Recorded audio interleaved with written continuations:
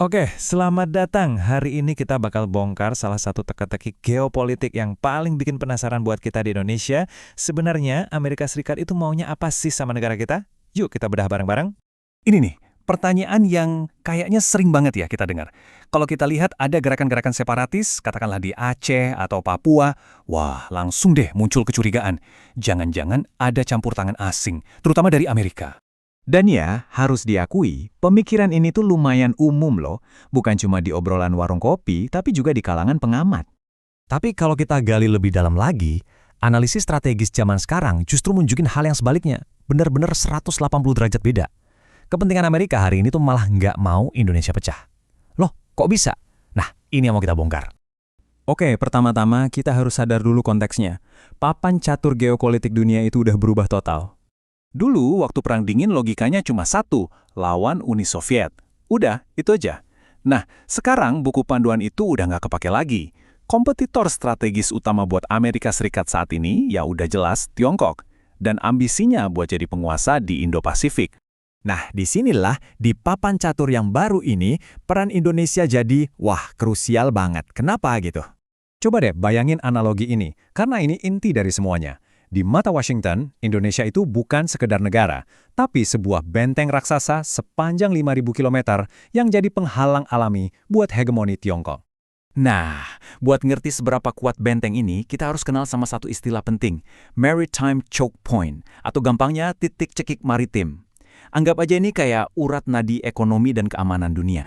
Dan disinilah letak kekuatan terbesar Indonesia. Sadar atau enggak, kita itu mengendalikan 3 jalur air paling sibuk dan paling penting di dunia. Selat Malaka, Selat Sunda, dan Selat Lombok. Artinya, siapapun yang jadi teman baik Jakarta, dia megang kunci brankas perdagangan global. Angkanya gila loh, sekitar 40-50% dari seluruh perdagangan dunia, termasuk suplai minyak buat sekutu pentingnya Amerika kayak Jepang dan Korea Selatan, itu harus, kudu, wajib lewat perairan kita.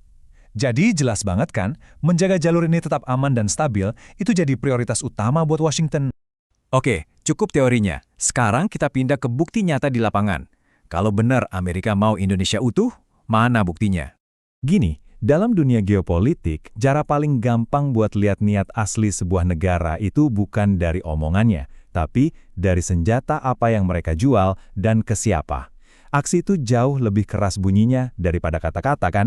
Bukti nomor 1, lampu hijau penjualan jet tempur super canggih F-15EX.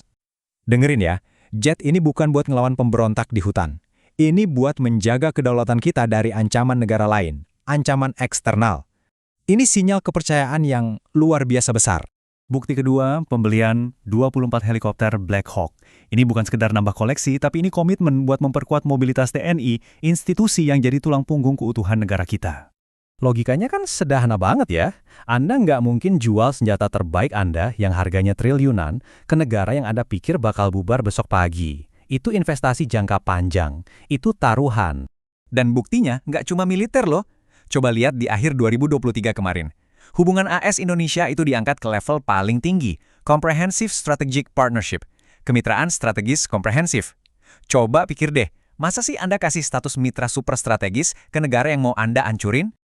Oke, sekarang kita balik ceritanya. Apa sih yang paling ditakutin sama para ahli strategi di Pentagon? Apa mimpi buruk mereka kalau ngomongin soal Indonesia? Nah, ini dia, balkanisasi. Istilah buat pecahnya Nusantara jadi negara-negara kecil yang lemah. Bayangin skenarionya, satu wilayah, katakanlah Aceh, berhasil merdeka. Itu bakal jadi contoh, jadi presiden. Nggak lama, Papua bakal ikut nuntut hak yang sama. Terus gerakan lama di Riau atau Maluku bisa nyala lagi. Hasil akhirnya, sebuah kawasan yang terpecah belah, kacau, dan lemah. Slide ini ngejelasin semuanya dengan gamblang. Yang Amerika mau, satu mitra yang kuat dan stabil. Mimpi buruknya, 5 atau 6 negara kecil yang baru merdeka, ekonominya morat-marit, dan gampang banget ditekan atau dijerat utang sama Tiongkok. Simpelnya gini, Indonesia yang pecah, itu ibarat ngasih kado Natal terbesar buat Beijing. Oke, setelah kita lihat semua buktinya, dari geografi sampai penjualan senjata, sekarang waktunya kita tarik vonis akhirnya. Logikanya ternyata sesederhana ini. Langkah pertama, Tiongkok itu kuat, jadi butuh benteng regional yang kuat juga buat ngimbangin.